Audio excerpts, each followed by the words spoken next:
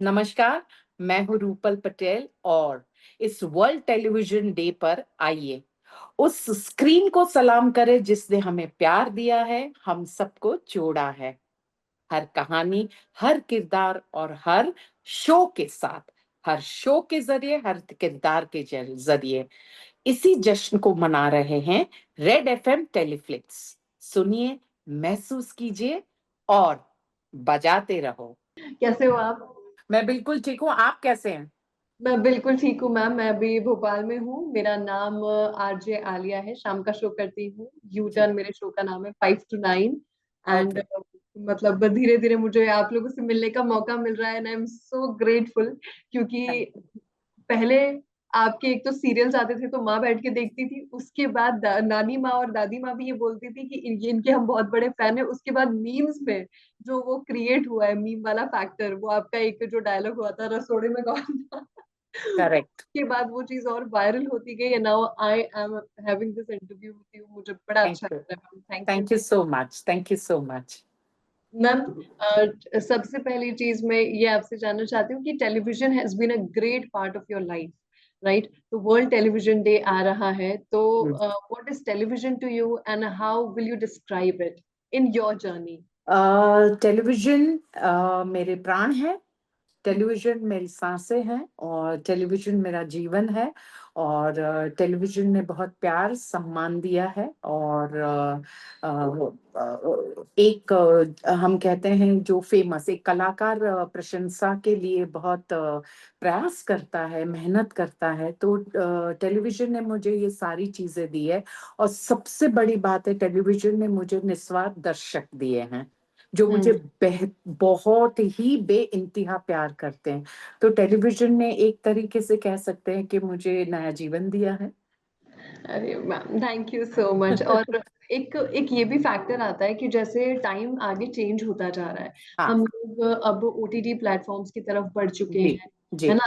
एक वो हम्म। फैक्टर नहीं होता जहां पर खाने की टेबल पे, जब एक वक्त था जब सारे के सारे मतलब पेरेंट्स हो गए, बच्चे हो गए, साथ में बैठकर टीवी देखा करते थे, हम्म। हम्म। है ना? अब वो फैक्टर थोड़ा थोड़ा चेंज होता जा हाँ। रहा है। तो हाँ। How you feel about it?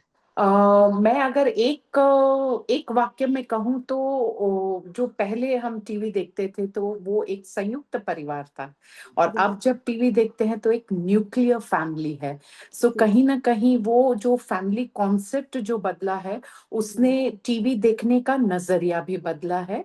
और अब बहुत सारे ऑप्शन आ गए जीवन में और बहुत सारे सुख साधन भी आ गए हैं व्यक्ति के जीवन में। तो अब सब अफोर्डेबिलिटी भी बढ़ गई है, तो सब अपने अपने हिसाब से आईफोन हो या मोबाइल हो या लैपटॉप हो या हर कमरे में टीवी हो, तो सब अपने अपने हिसाब से टीवी देखते हैं, पर टीवी देखते जरूर है। मैम, आप सच में बहुत प्रिटी लग रहे हो। थैंक ये यू। झूठ थैंक नहीं यू। कह रही हूँ। Thank such you. में थैंक बहुत यू। बहुत प्रिटी लग रहे हैं आप। Thank you. ये आपका प्यार है, बच्चों का प्यार है। I always say that the heart should be good, तो आपको सब चीज अच्छी लगती है। मैम, जितने भी लोग हमें सुनेंगे और जानेंगे, मतलब आपका फैन फॉलोइंग बहुत लार्ज एरिया का है। तो by God grace it has been you know a longest time for you कि आपने बहुत टाइम काम किया है hmm. As a TV actor. जी। आप what are you looking forward to कि आप किस तरीके का रोल अब और करना चाहते हो? क्योंकि जिस तरीके से हमने हम्म। आपको देखा है वो एक जी। सीरियस सासू माँ वाला रोल है। सबसे पहले तो मुझे शुरू में ही आपको कहना चाहिए था आलिया, आपकी आवाज बहुत मीठी और मधुर है और जैसे आप दिखते हैं वैसे ही आपकी आवाज है। और बहुत अच्छा लगा, आप सब बच्चों को इतने अच्छे अच्छे काम करते हुए देखते हैं तो हमें गर्व होता है, बहुत गर्व होता है। बिल्कुल, टीवी को मैं एक सशक्त माध्यम के रूप में देखती हूँ और टीवी ने हमेशा मुझे बहुत सशक्त भूमिकाएं दी हैं। आपने चाहे अपने समय में टीवी देखा हो या अभी भी लोग मुझे देखते हैं तो सशक्त भूमिका में देखते हैं। तो कहीं ना कहीं मेरा सौभाग्य है, प्रभु की कृपा है और दर्शकों का प्यार है कि मुझे हमेशा उन्होंने बहुत ही स्ट्रॉन्ग रोल में देखा है। तो आगे भी मैं ऐसी ही सशक्त भूमिका करना चाहूंगी। जहां पर मैंने एक राष्ट्रीय नाट्य विद्यालय से प्रशिक्षण लिया है, मैंने इतने साल काम किया है, तो ये सारा अनुभव और ये प्रशिक्षण मुझे और काम में आए और दर्शकों को एक और अलग रूप में मैं दिखूं। तो ये मेरा बिल्कुल प्रयास रहता है, ये मेरी कामना भी है। और मैं आपके माध्यम द्वारा सभी से ये भी कहूंगी कि बहुत सशक्त भूमिका में मैं आना चाहूंगी। मैम, जैसे मैं अभी आपको जान पा रही हूँ तो मुझे ये समझ में आ रहा है द कैरेक्टर जो हम लोगों ने टीवी पे देखा है एंड जी। द पर्सन यू आर वो जी। बहुत डिफरेंट है। तो जी। मतलब प्लीज मुझे बताना चाहोगे कि पर्सनली आप हैं कैसे और क्या आपकी हॉबीज हैं? मैं बिल्कुल, मुझे लगता है कि बहुत सरल और एक सादगी भरा जीवन जीती हूँ मैं, और काम पुख्ता करती हूँ हम्म। और संकल्प के साथ काम करती हूँ, और अपनी जिम्मेदारियों को अपनी बुद्धि और अपने दिल के हिसाब से संपूर्ण रूप से ईमानदारी से करने का प्रयास करती हूँ। तो एक लाइन में मैं ऐसी इंसान मैं बिल्कुल ये कहूंगी कि मैं जब मैंने ये तय किया कि मुझे अभिनेत्री के रूप में दर्शकों के समक्ष आना है और मेरा एक ही संकल्प था, अभिनेत्री बनना है, तो जब संकल्प लेती हूँ तो उसके पीछे साधना, तपस्या, मेहनत और ईमानदारी से उस मार्ग पर आगे बढ़ती हूँ। प्रभु की असीम कृपा रही कि मुझे राष्ट्रीय नाट्य विद्यालय एनएसडी में दाखिला पहली बार में ही मिल गया, और वहाँ पे इतने प्यारे टीचर्स मिले हैं, इतनी खूबसूरत लाइब्रेरी है जहाँ पे दुनिया भर की किताबें हैं। तो एक बहुत ही एक अच्छा माहौल मिला, एक अच्छा हम्म। प्रशिक्षण मिला।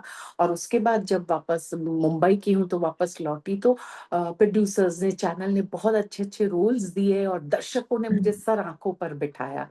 तो मुझे लगता है कि मेहनत, साधना, तपस्या और अपनी तैयारी अगर आपकी हो तो हम्म। आप अपने संकल्प को पूरा कर सकने में समर्थ हैं। मैम, एक और चीज की, अगर आपको 2025 में एक स्पेशल टीवी एपिसोड बनाने का मौका मिल जाए हाँ। जो समाज में कोई बदलाव ला सके, तो वो हाँ। एपिसोड किस मुद्दे पर होगा और क्यों? इंसानियत, ह्यूमैनिटी। ह्यूमैनिटी। मुझे लगता है कि हम जैसे जैसे समय आगे बढ़ता गया है, नई नई चीजें सामने आ रही है, नए आयाम हमारे सामने आ रहे हैं। मैंने जैसा कि आपसे कहा कि जॉइंट फैमिली से न्यूक्लियर फैमिली की ओर जा रहे हैं। पहले ये था सबकी खुशी में अपनी खुशी, अब सिर्फ अपनी अपनी खुशी की तरफ हम आगे बढ़ रहे हैं हम सब। तो मुझे लगता है कि कहीं ना कहीं इंसानियत जो है, जो मूलभूत एक स्वभाव होना चाहिए इंसान में, वो इंसानियत कहीं पीछे रह गई है। तो मैं चाहूंगी कि इस पर एक मैं एक शो बनाऊं जिसमें सही को सही, गलत को गलत, इंसानियत को सर्वोपरि रखना, निस्वार्थ होकर आपको जीवन में आगे बढ़ना है, एक दूसरे की मदद करनी है, और मैं से ऊपर उठकर हम तक पहुंचने का सफर। और आपके अभी तक जितने भी निभाए गए किरदार हैं, उनमें जी। से कौन सा रोल आपको जिंदगी का सबसे बड़ा सबक सिखा कर गया? ऐसा कोई रोल जो आपको लगा हो कि हाँ, this is something I have learn from my acting and that particular role. बिल्कुल। मुझे लगता है कि एक कलाकार जो भी प्रोजेक्ट्स करते हैं, नए नए किरदार करते हैं, अलग अलग किरदार करते हैं, तो कुछ ना कुछ नई बात सीखते हैं, कोई ना कोई नया सबक उन्हें मिलता है।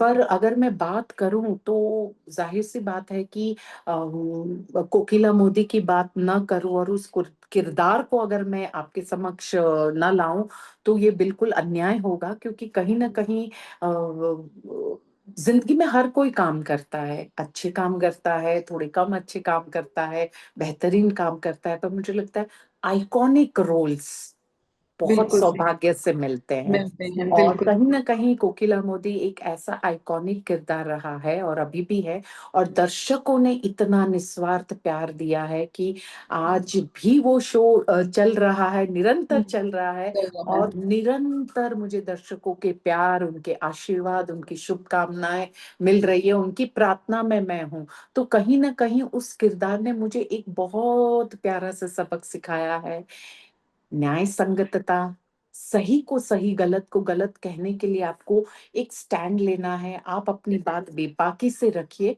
और जो आपके परिवार में जो भी व्यक्ति है उनका मान सम्मान कीजिए। और अगर परिवार में कोई ऐसी व्यक्ति है गुणवान है, पर कहीं ना कहीं थोड़ी सी अपने गुण को बाहर लाने में थोड़ा सा उसे झिझक हो रही है या उसे ज्ञान नहीं है, तो हमें एक दूसरे को सहयोग करके उसकी उस गुड क्वालिटी, उस गुण को बाहर लाने में हमें मदद करनी चाहिए। यही तो इंसानियत है। तो कहीं ना कहीं कोकिला मोदी किरदार ने मुझे बहुत प्यारी प्यारी चीजें सिखाई हैं, और मैंने सीखी भी है। हम एज अ मतलब ऑब्वियसली आपने मुझसे बहुत ज्यादा जिंदगी देखी, बहुत ज्यादा, लेकिन ये मुझे अच्छे से एक चीज समझ में आती है कि जो जिंदगी आपने देखी है और जो जिंदगी मैं जी रही हूँ, उसमें जी। जमीन आसमान का अंतर है। और उसमें कहीं ना कहीं जो चीजें, मतलब जो बातें आप मुझसे कर रहे हो, उससे मुझे इतना कुछ सीखने को मिल रहा है।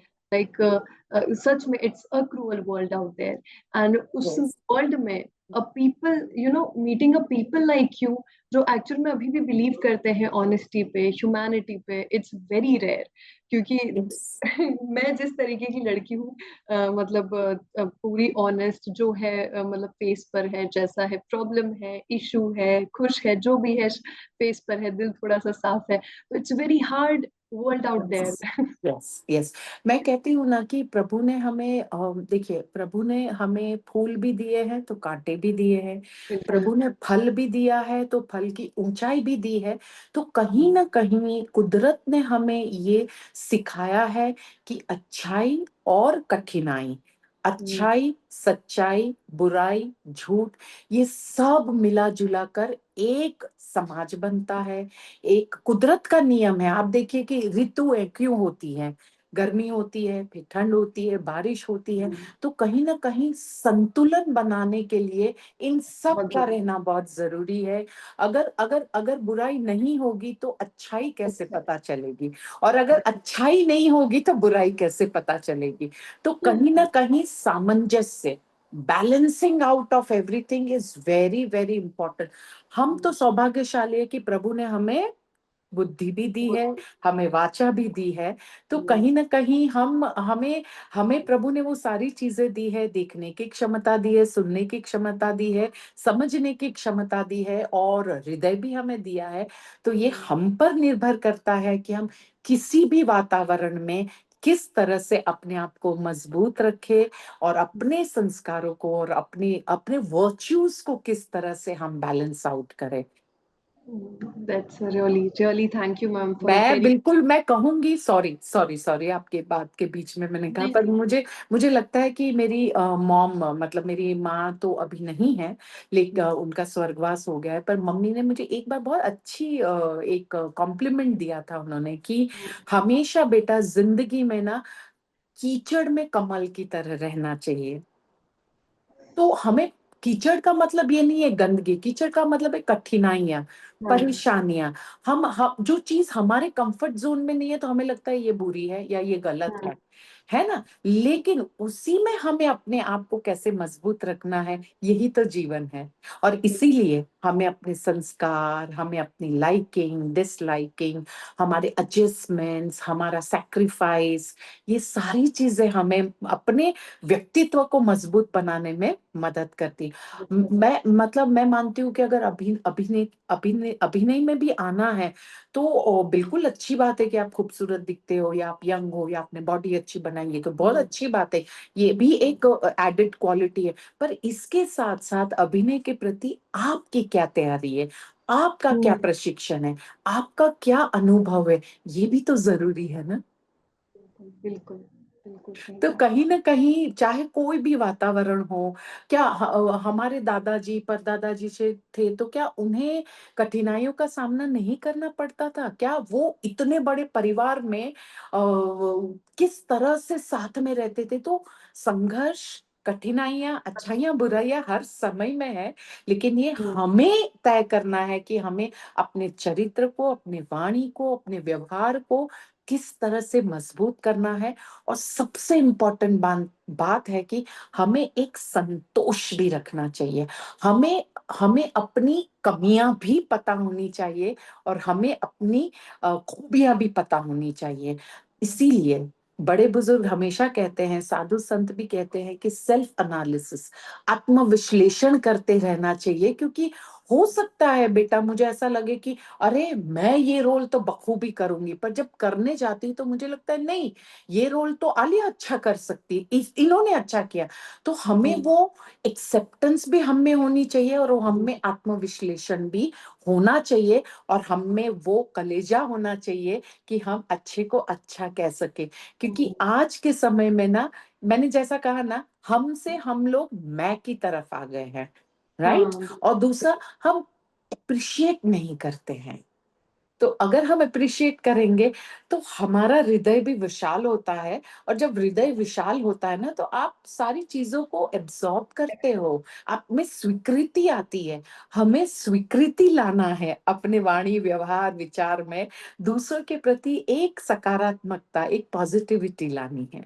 इसलिए मैंने हम्म, आपसे कहा ना, अगर मुझे मौका मिले तो मैं इंसानियत के ऊपर शो बनाऊंगी, ताकि उसमें ये सारी चीजें नजर आए। हम्म।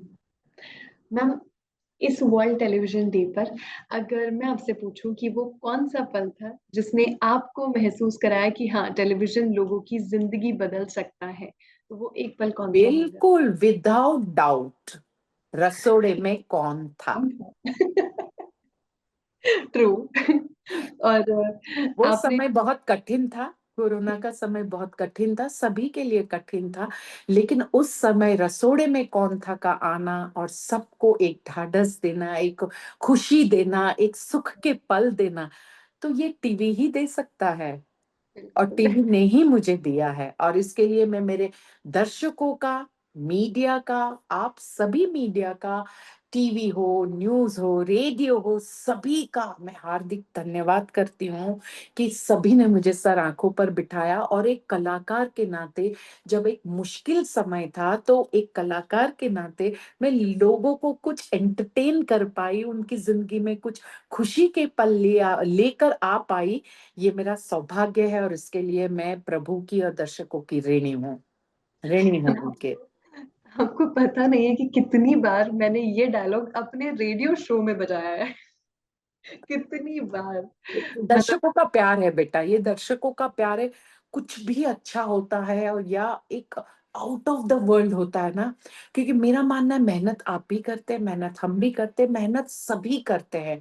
पर जब ईश्वर के बहुत एक्स्ट्रा ब्लेसिंग्स हो और दर्शकों का निस्वार्थ और असीम असीम असीम प्यार हो, तभी ही कोई चीज ना बिल्कुल एकदम निखर कर आती है। और आते हैं। रसोड़े में कौन था, ये वही बात है, दर्शकों का प्यार, प्रभु के आशीर्वाद, और पूरी साथिया की टीम, मेरे को आर्टिस्ट, मेरे हम्म, स्टार प्लस चैनल, मेरे प्रोड्यूसर रश्मि मैम, पवन सर, मेरे टेक्नीशियन, सभी का योगदान है। मैं हम्म, चेहरा हूं, लेकिन इस चेहरे के पीछे पूरी पूरी सशक्त टीम। टीम है। तो ये हम, मैं उनकी तरफ से, मैं ये श्रेय हम सभी की तरफ से लेती हूँ और आप सभी का धन्यवाद करती हूँ। Thank you ma'am, thank you so much. एक छोटा सा रैपिड फायर खेलूं आपके साथ? हाँ बिल्कुल। ओके। मैं शो का नाम लूंगी और आप सिर्फ पहला शब्द उसको सोचते ही जो आपके दिमाग जी में है वो बताइएगा, जी ठीक है? जी। साथ निभाना साथिया। Turning point. रसोड़े में कौन था? Mystery, unsolved mystery. Mystery. Big boss. Challenge. And last one, comedy show. Entertainment entertainment entertainment. Thank you ma'am, thank you so much. और अगर आप टीवी के रिमोट कंट्रोल का बटन होते तो हाँ। यू कैन, मतलब इट्स अ फन क्वेश्चन कि अगर आप यस। टीवी के रिमोट कंट्रोल का एक कोई बटन होते तो वो कौन सा होता? पॉज का, फास्ट फॉरवर्ड, म्यूट या record? Record. And why is that ma'am? जैसा कि मैंने कहा कि अगर सारी चीजें मेरे वश में होती तो मैं इंसानियत पर एक काम करती, और दर्शकों के सम्मुख सारी पॉजिटिविटी लाती। तो मैं चाहती कि मैं रिकॉर्ड का बटन हूं, कि दर्शक कुछ अच्छा दिखे तुरंत रिकॉर्ड करे, ताकि आने वाली पीढ़ी को भी वो बता सके कि ये एक चीज है, देखिए इसको देखिए और इसका अनुसरण कीजिए, और इसको अपने व्यवहार में, वाणी में, अपने जीवन में इस आचरण को लाने का प्रयास कीजिए। और कहीं ना कहीं रिकॉर्ड एक पॉजिटिव बटन है, एक सकारात्मक चीज है। And I in my normal life, in my personal life, I am very positive person. True, I am true. और अगर आपकी जिंदगी हाँ। एक टीवी सीरियल होती, तो हाँ। उसके 3 एपिसोड के नाम क्या होते? कोई से भी सब 3 एपिसोड। सबसे पहले तो मैं आपको बिल्कुल आपकी प्रशंसा करूंगी, आपकी टीम की प्रशंसा करूंगी कि इतने बखूबी सवाल आप पूछ रही हैं, क्योंकि ऐसे सवाल आज तक मुझसे पूछे नहीं गए। तो मुझे भी बड़ा आनंद आ रहा है इंटरव्यू करने में, क्योंकि आपके जो जितने भी सवाल है वो मुझे सोचने पर मजबूर कर रहे हैं, which is very good thing, very thank you, good thing. Thank you so much, thank you so much. मैं अगर एक तो आपने कठिन सवाल पूछा है कि अपनी पूरी जिंदगी को सिर्फ you can take your time. 3 episode में अगर मैं उसको करूँ, तो मैं अपने जीवन के अनुभव के आधार पर पहला एपिसोड मेरा होगा, अ, पहला एपिसोड तो होना चाहिए कला मेरी साधना। क्योंकि क्योंकि बचपन से ही मुझे ये था कि मुझे कला के क्षेत्र में आना है। और इसीलिए मैं बचपन से ही, चाहे हिंदी स्पीकिंग क्लास हो, संस्कृत श्लोक का रिसाइटेशन क्लासेस हो, स्टोरी टेलिंग क्लासेस हो, मैंने हमेशा उन सब चीजों में अपनी रुचि दिखाई है। तो कहीं ना कहीं पहला एपिसोड ये हो सकता है कि कला मेरी साधना।